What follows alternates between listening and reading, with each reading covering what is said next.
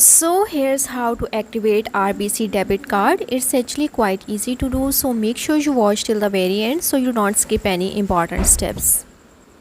For this, first you will need to call the phone number provided on the sticker attached to your card. This is often an automated system that will guide you through the activation process.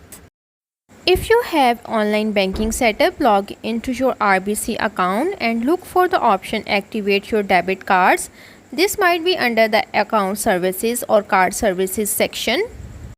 You might be able to activate your card at an RBC ATM. Insert the card, follow the on-screen instructions and select the activation option. If you prefer in-person assistance, you can visit an RBC branch and ask a staff member to help you to activate your card. So that's how to activate your RBC debit card.